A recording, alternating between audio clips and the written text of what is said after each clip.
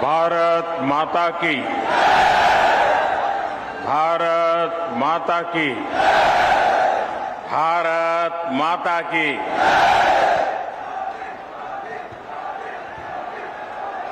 बुंदेलखंड की जहां वेद व्यास की जन्मस्थली और हमारी बाईसा महारानी लक्ष्मीबाई जी की जहां धरती पे हमें बैर बैर बीरा आबे को अवसर मिलो, हमें बहुत ही प्रसन्नता। नमस्कार। उत्तर प्रदेश के लोकप्रिय मुख्यमंत्री योगी आदित्यनाथ जी,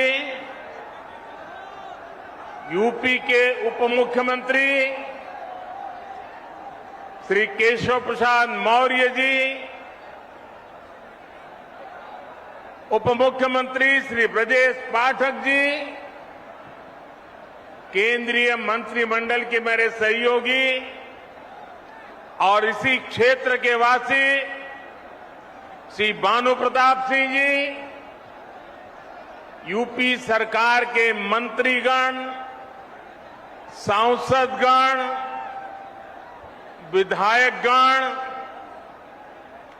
अन्य जनप्रतिनिधि और बुंदेलखंड के मेरे प्यारे बहनों और भाइयों, यूपी के लोगों को बुंदेलखंड के सभी बहनों भाइयों को आधुनिक बुंदेलखंड एक्सप्रेसवे, इसके लिए बहुत बहुत बधाई, बहुत बहुत शुभकामनाएं। ये एक्सप्रेसवे बुंदेलखंड की गौरवशाली परंपरा को समर्पित है। जिस धरती ने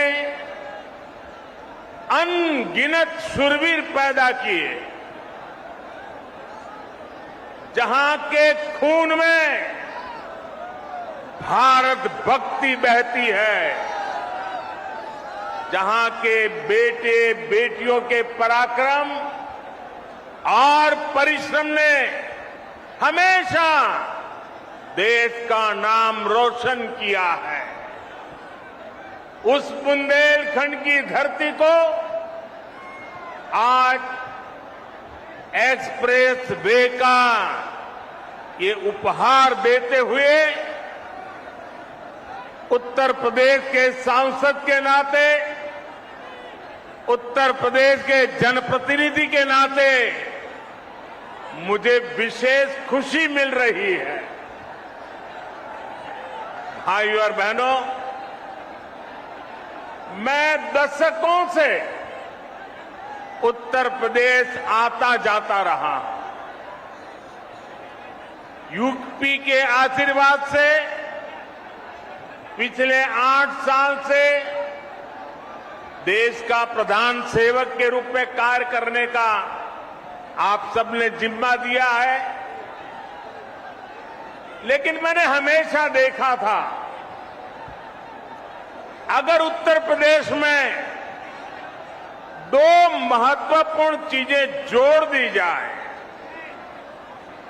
उसकी कमी को अगर पूरा कर दिया जाए, तो उत्तर प्रदेश चुनौतियों को चुनौती देने की बहुत बड़ी ताकत के साथ खड़ा हो जाएगा।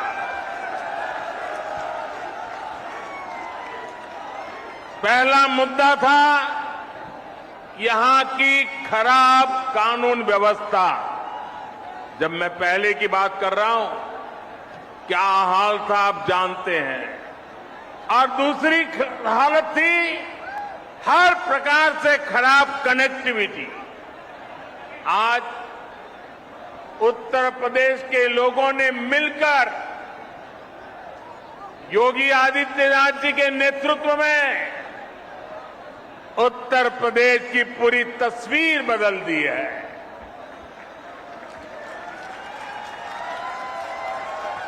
योगी जी के नेतृत्व वाली सरकार में कानून व्यवस्था भी सुधरी है और कनेक्टिविटी भी तेज से सुधर रही है।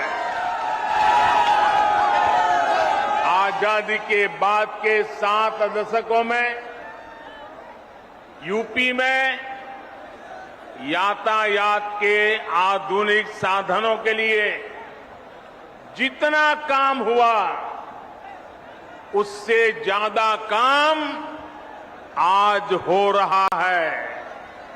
मैं आपसे पूछ रहा हूं, हो रहा है कि नहीं हो रहा है?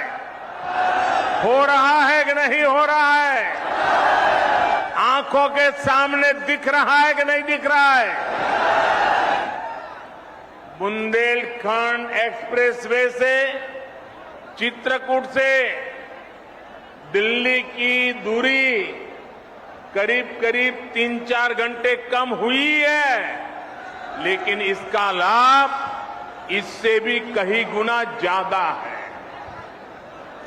ये एक्सप्रेसवे यहां सिर्फ वाहनों को गति देगा इतना ही नहीं है, बल्कि ये पूरे बुंदेलखंड की औद्योगिक प्रगति को भी गति देने वाला है। इसके दोनों तरफ, इस एक्सप्रेस हाईवे के दोनों तरफ अनेक उद्योग स्थापित होने वाले हैं। यहां भंडारण की सुविधाएं, कोल्ड स्टोरेज की सुविधाएं बनने वाली है। बुंदेलखंड एक्सप्रेसवे की वजह से इस क्षेत्र में कृषि आधारित उद्योग लगाने बहुत आसान हो जाएंगे। खेत में पैदा होने वाली उपज को नए बाजारों में पहुंचाना आसान होगा। बुंदेलखंड में बन रहे डिफेंस कॉरिडोर को भी इससे बहुत मदद मिलेगी। यानी ये एक्सप्रेसवे बुंदेलखंड के कोने कोने को विकास, स्वरोजगार और नए अवसरों भी जोड़ने वाला है। साथियों, एक समय था जब माना जाता था कि यातायात के आधुनिक साधनों पर पहला अधिकार सिर्फ बड़े बड़े शहरों का ही है। मुंबई हो, चेन्नई हो, कोलकाता हो, बेंगलुरु हो, हैदराबाद हो, दिल्ली हो, सब कुछ उनको ही मिले। लेकिन अब सरकार की बदली है, मिजाज भी बदला है और ये मोदी है, ये योगी है। अब उस पुरानी सोच को छोड़कर, उसे पीछे रखकर हम एक नए तरीके से आगे बढ़ रहे हैं। साल 2017 के बाद से उत्तर प्रदेश में कनेक्टिविटी के जो काम शुरू हुए, उनमें बड़े शहरों के साथ ही छोटे शहरों को भी उतनी ही प्राथमिकता दी गई है। ये बुंदेलखंड एक्सप्रेसवे चित्रकूट, बांदा, हमीरपुर, महोबा, जालौन, औरैया और इटावा से होकर गुजर रहा है। पूर्वांचल एक्सप्रेसवे लखनऊ के साथ ही बाराबंकी, अमेठी, सुल्तानपुर, अयोध्या, अंबेडकर नगर, आजमगढ़, मऊ और गाजीपुर से गुजर रहा है। गोरखपुर लिंक एक्सप्रेस अंबेडकर नगर, संत कबीर नगर और आजमगढ़ को जोड़ता है। गंगा एक्सप्रेसवे मेरठ, हापुड़, बुलंदशहर, अमरोहा, संभल, बदायूं, शाहजहांपुर, हरदोई, उन्नाव, रायबरेली, प्रतापगढ़ और प्रयागराज को जोड़ने का काम करेगा।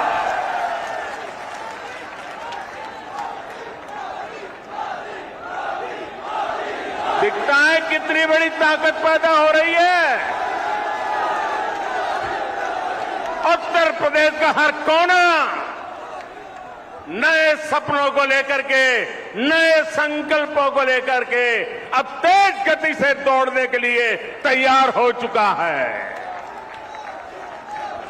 और यही तो सबका साथ है, सबका विकास है। न कोई पीछे छूटे, सब मिलकर आगे बढ़े। इसी दिशा में डबल इंजन की सरकार लगातार काम कर रही है। यूपी के छोटे छोटे जिले हवाई सेवा से जुड़े, इसके लिए भी तेजी से काम किया जा रहा है। बीते कुछ समय में प्रयागराज, गाजियाबाद में नए एयरपोर्ट टर्मिनल बनाए गए। कुशीनगर में नए एयरपोर्ट के साथ ही नोएडा के जेवर में एक और इंटरनेशनल एयरपोर्ट पर काम चल रहा है। भविष्य में यूपी के कई और शहरों को वहां भी हवाई रूट से जोड़ने की कोशिश हो रही है। ऐसी सुविधाओं से पर्यटन उद्योग को भी बहुत बल मिलता है। और मैं जब आज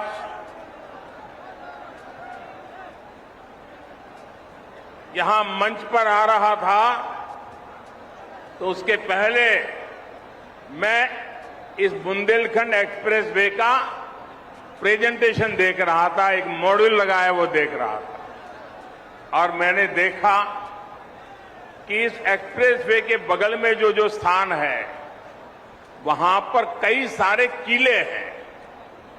सिर्फ झांसी का ही किला है ऐसा नहीं, कई सारे किले हैं। आप में से जो विदेश की दुनिया जानते होंगे उनको मालूम होगा, यूरोप के कई देश ऐसे हैं जहां पर किले देखने का एक बहुत बड़ा टूरिज्म उद्योग चलता है और दुनिया के लोग पुराने किले देखने के लिए आते हैं। आज बुंदेलखंड एक्सप्रेसवे बनने के बाद मैं योगी जी की सरकार को कहूंगा कि आप भी इन किलों को देखने के लिए एक शानदार टूरिज्म सर्किट बनाइए। दुनिया भर के टूरिस्ट यहां आए और मेरे बुंदेलखंड की ताकत को देखे। इतना ही नहीं, मैं आज योगी जी से आग्रह एक और करूंगा। आप उत्तर प्रदेश के नौजवानों के लिए इस बार जब ठंड की सीजन शुरू हो जाए, मौसम ठंडी का शुरू हो जाए, तो किले चढ़ने की स्पर्धा आयोजित कीजिए और परंपरागत रास्ते से नहीं, कठिन से कठिन रास्ता तय कीजिए और नौजवान को बुलाइए। कौन जल्दी से जल्दी चढ़ता है, कौन किले पर सवार होता है। आप देखना उत्तर प्रदेश के हजारों नौजवान इस स्पर्धा में जुड़ने के लिए आ जाएंगे और उसके कारण बुंदेलखंड में लोग आएंगे, रात को मुकाम करेंगे, कुछ खर्चा करेंगे, रोजी रोटी के लिए बहुत बड़ी ताकत खड़ी हो जाएगी। साथियों, एक एक्सप्रेस में कितने प्रकार के कामों को अवसर का जन्म दे देता है।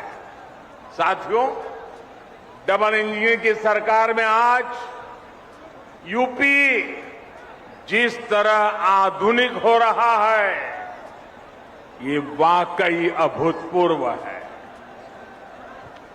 जिस यूपी में जरा याद रखना दोस्तों, मैं जो कह रहा हूं याद रखोगे?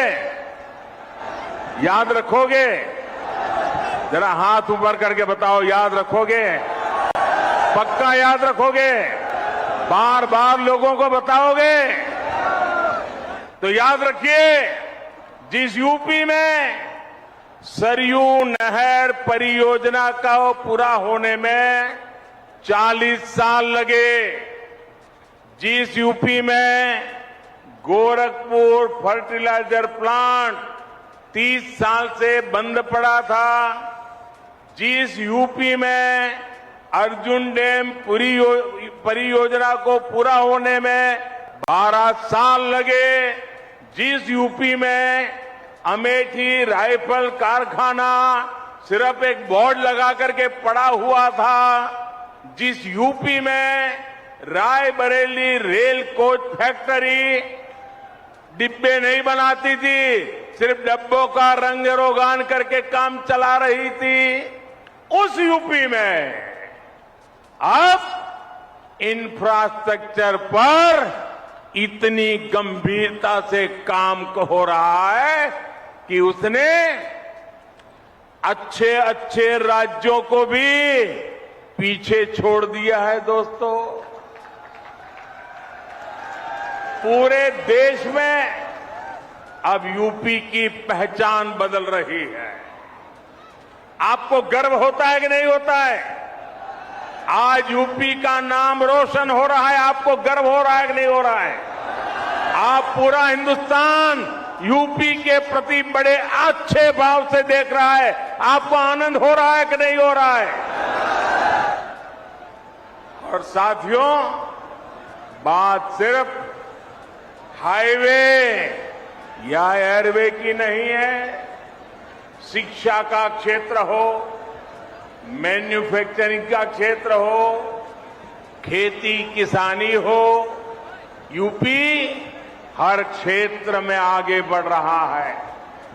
पहले की सरकार के समय यूपी में हर साल, ये भी याद रखना, रखोगे? रखोगे? जरा हाथ ऊपर करके बताओ, रखोगे? पहले की सरकार के समय यूपी में हर साल औसतन 50 किलोमीटर रेल लाइन का दोहरीकरण होता था। कितने किलोमीटर? कितने किलोमीटर? 50। पहले, हमारे आने से पहले रेलवे का दोहरीकरण 50 किलोमीटर। मेरे उत्तर प्रदेश के नौजवानों, भविष्य कैसे गढ़ता है देखिए।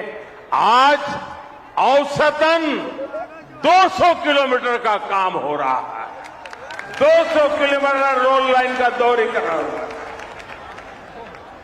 2014 से पहले यूपी में सिर्फ 11,000 कॉमन सर्विस सेंटर थे।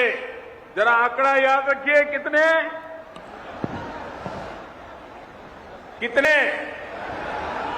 11,000। आज यूपी में 1,30,000 से ज्यादा कॉमन सर्विस सेंटर काम कर रहे हैं। ये आंकड़ा याद रखोगे? एक समय में यूपी में सिर्फ 12 मेडिकल कॉलेज हुआ करते थे। आंकड़ा याद रहा? कितने मेडिकल कॉलेज? जरा जोर से बताइए, कितने? 12 मेडिकल कॉलेज। आज यूपी में 35 से ज्यादा मेडिकल कॉलेज है और 14 नए मेडिकल कॉलेज पर काम चल रहा है। मतलब कहां 14 और कहां 50। भाई और बहनों, विकास की जिस धारा पर आज देश चल रहा है, उसके मूल में 2 प्रमुख पहलू हैं। एक है इरादा और दूसरा है मर्यादा। हम देश के वर्तमान के लिए नई सुविधाएं नहीं गढ़ रहे, बल्कि देश का भविष्य भी गढ़ रहे हैं। पीएम गति शक्ति नेशनल मास्टर प्लान के जरिए हम 21वीं सदी के इंफ्रास्ट्रक्चर के निर्माण में जुटे हैं और साथियों, विकास के लिए हमारा सेवा भाव ऐसा है कि हम समय की मर्यादा को टूटने नहीं देते। हम समय की मर्यादा का पालन कैसे करते हैं, इसके अनगिनत उदाहरण हमारे इसी उत्तर प्रदेश में है। काशी में विश्वनाथ धाम के सुंदरीकरण का काम हमारी सरकार ने शुरू किया और हमारी ही सरकार ने इसे पूरा करके दिखाया। गोरखपुर एम्स का शिलान्यास भी हमारी सरकार ने किया और उसका लोकार्पण भी इसी सरकार में हुआ। दिल्ली मेरठ एक्सप्रेसवे का शिलान्यास भी हमारी सरकार ने किया और उसका लोकार्पण भी हमारी सरकार में हुआ। बुंदेलखंड एक्सप्रेस भी इसी का उदाहरण है। इसका काम अगले साल फरवरी में पूरा होना था, लेकिन ये 7-8 महीने पहले ही सेवा के लिए तैयार है मेरे दोस्तों। और कोरोना की परिस्थितियों के बावजूद कितनी कठिनाइयां हैं, हर परिवार जानता है। इन कठिनाइयों के बीच भी हमने इस काम को समय से पहले पूरा किया है। ऐसे ही काम से हर देशवासी को एहसास होता है कि जिस भावना से उसने अपना वोट दिया, उसका सही मायने में सम्मान हो रहा है, सदुपयोग हो रहा है। मैं इसके लिए योगी जी और उनकी टीम को बधाई देता हूं। साथियों, जब मैं कोई रोड का उद्घाटन करता हूं, कोई अस्पताल का उद्घाटन करता हूं, कोई कारखाने का उद्घाटन करता हूं, तो मेरे दिल में एक ही भाव होता है कि मैं जिन मतदाताओं ने ये सरकार बनाई है, उनको सम्मान देता हूं और देश के सभी मतदाताओं को सुविधा देता हूं। साथियों, आज पूरी दुनिया भारत को बहुत आशा से देख रही है। हम अपनी आजादी के 75 वर्ष का पर्व मना रहा है। अगले 25 वर्षों में भारत जिस ऊंचाई पर होगा, उसका रोड मैप बना रहे हैं। और आज जब मैं बुंदेलखंड की धरती पे आया हूं,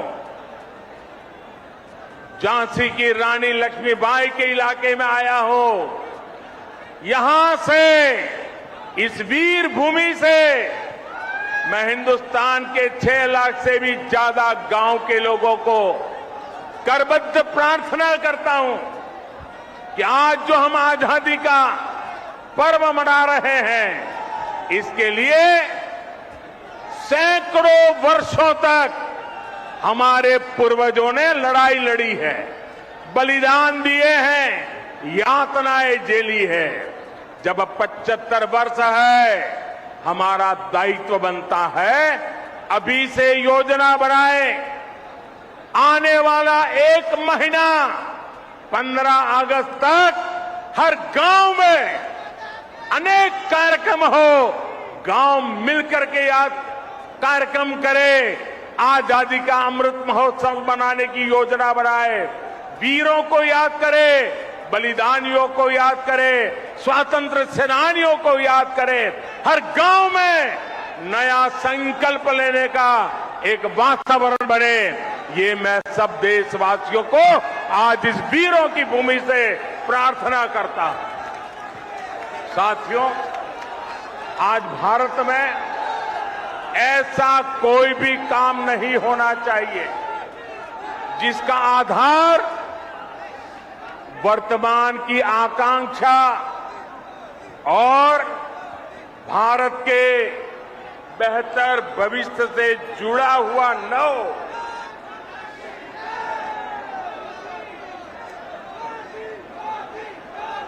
हम कोई भी फैसला लें, कोई भी निर्णय लें, कोई भी नीति बनाए, इसके पीछे सबसे बड़ी सोच यही होनी चाहिए कि इससे देश का विकास और तेज होगा। हर वो बात जिससे देश को नुकसान होता है, देश का विकास प्रभावित होता है, उससे हमें हमेशा हमेशा दूर रखना है।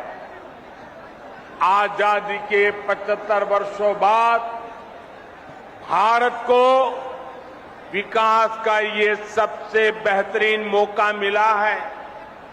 हमें इस मौके को गंवाना नहीं है। हमें इस कालखंड में देश का ज्यादा से ज्यादा विकास करके उसे नई ऊंचाई पर पहुंचाना है, नया भारत बनाना है। साथियों, नए भारत के सामने एक ऐसी चुनौती भी है जिस पर अगर अभी ध्यान नहीं दिया गया तो भारत के युवाओं का, आज की पीढ़ी का बहुत नुकसान हो सकता है। आपका आज गुमराह हो जाएगा और आपकी आने वाली कल अंधेरे में सिमट जाएगी। दोस्तों, इसलिए अभी से जागना जरूरी है। आजकल हमारे देश में मुफ्त की रेवड़ी बांटकर वोट बटोरने का कल्चर लाने की भरसक कोशिश हो रही है। ये रेवड़ी कल्चर देश के विकास के लिए बहुत घातक है। इस रेवड़ी कल्चर से देश के लोगों को और खास करके मेरे युवाओं को बहुत सावधान रहने की जरूरत है। रेवड़ी कल्चर वाले कभी आपके लिए नए एक्सप्रेसवे नहीं बनाएंगे, नए एयरपोर्ट या डिफेंस कॉरिडोर नहीं बनवाएंगे। रेवड़ी कल्चर वालों को लगता है कि जनता जनार्दन को मुफ्त की रेवड़ी बांटकर उन्हें खरीद लेंगे। हमें मिलकर उनकी सोच को हराना है। रेवड़ी कल्चर को देश की राजनीति से हटाना है। साथियों, रेवड़ी कल्चर से अलग हम देश में रोड बनाकर, नए रेल रूट बनाकर लोगों की आकांक्षाओं को पूरा करने का काम कर रहे हैं। हम गरीबों के लिए करोड़ों पक्के घर बना रहे हैं।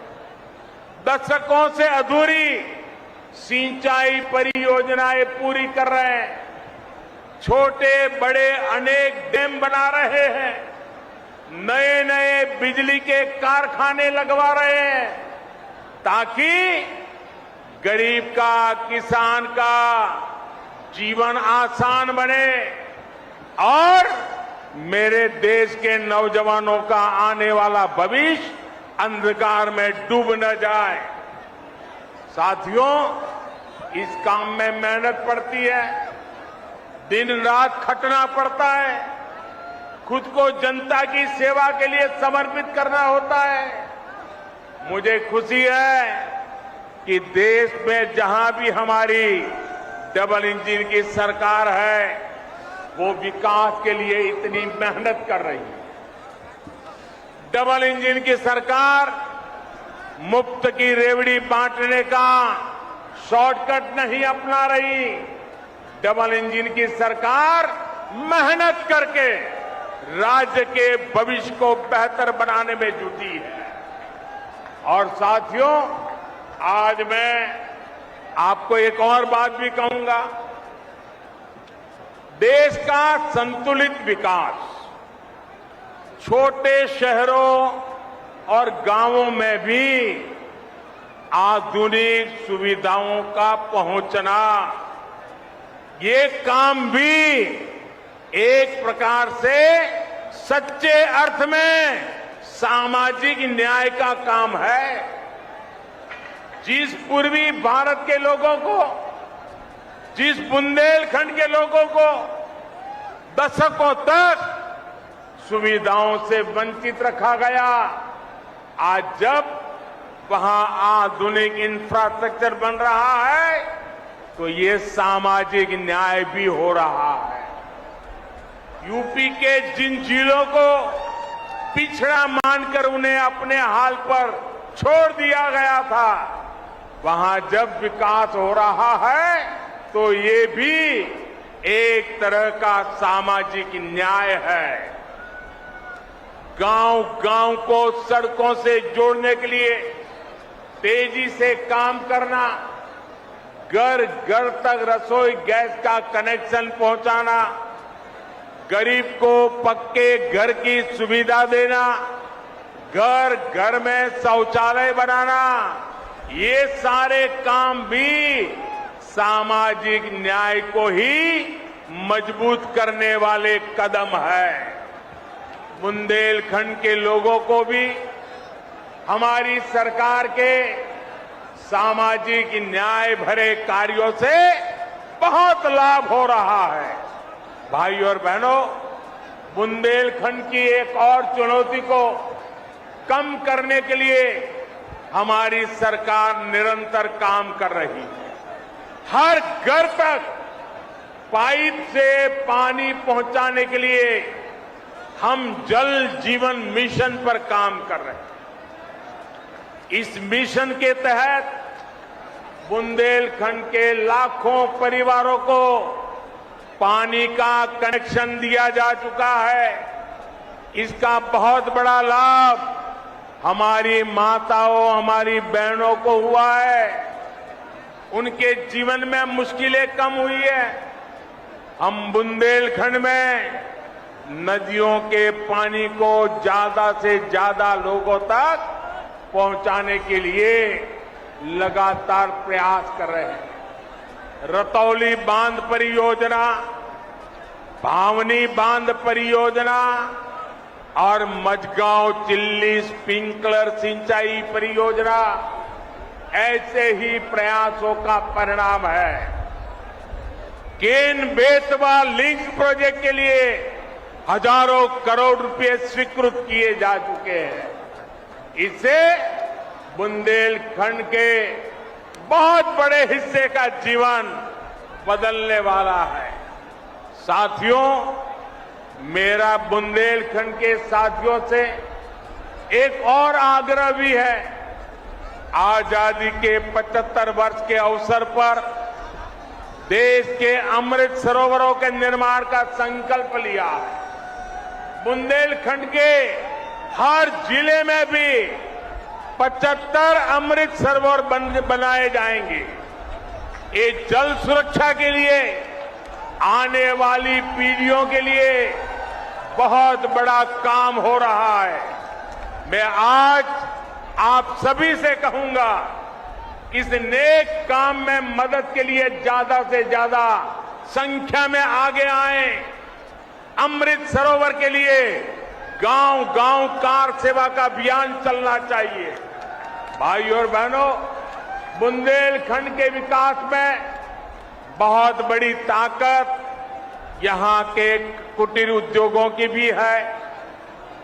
आत्मनिर्भर भारत के लिए हमारी सरकार द्वारा इस कुटीर परंपरा पर भी बल दिया जा रहा है।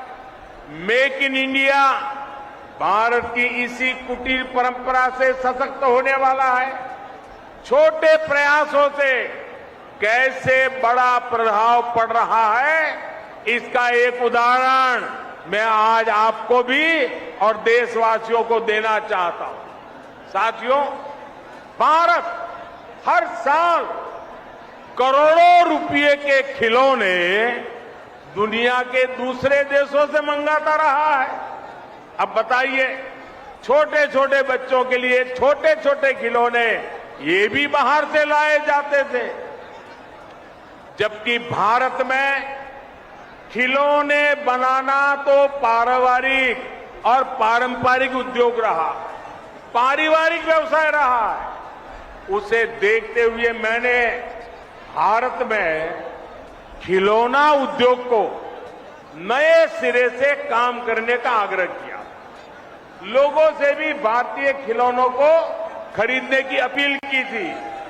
इतने कम समय में सरकार के स्तर पर जो काम करने जरूरी था वो भी हमने किया।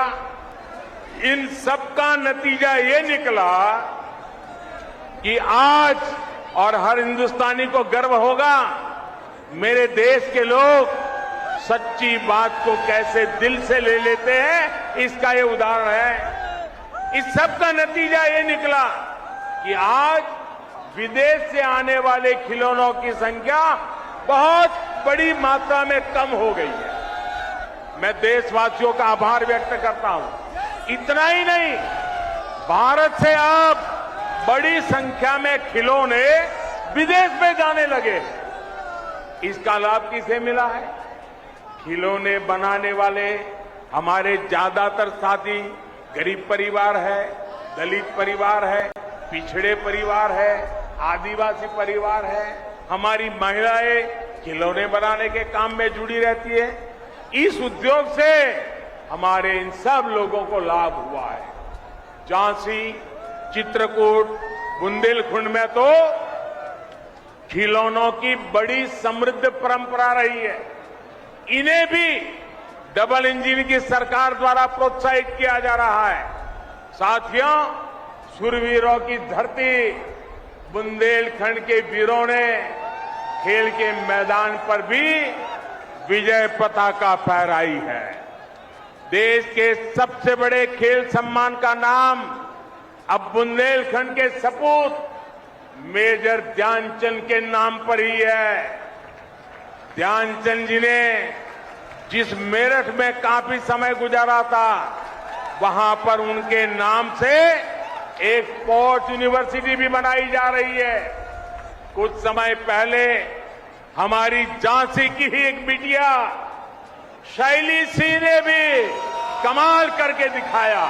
हमारे ही बुंदेलखंड की बेटी शैली सिंह ने लंबी कूद में नए नए रिकॉर्ड बनाने वाली शैली सिंह पिछले साल अंडर 20 वर्ल्ड एथलेटिक चैंपियनशिप में सिल्वर मेडल भी जीता है। बुंदेलखंड ऐसी युवा प्रतिभाओं से भरा हुआ है।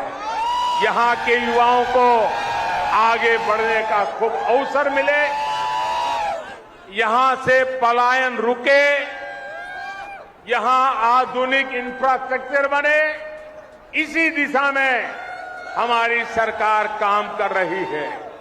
यूपी ऐसे ही सुशासन की नई पहचान को मजबूत करता रहे। इसी कामना के साथ आप सभी को बुंदेलखंड एक्सप्रेस के लिए फिर से बहुत बहुत बधाई।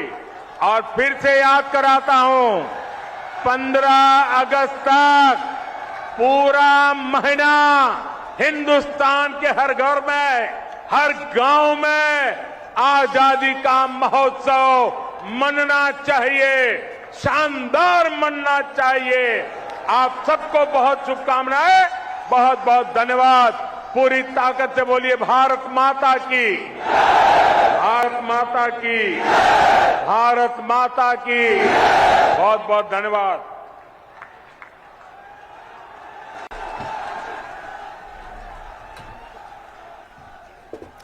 और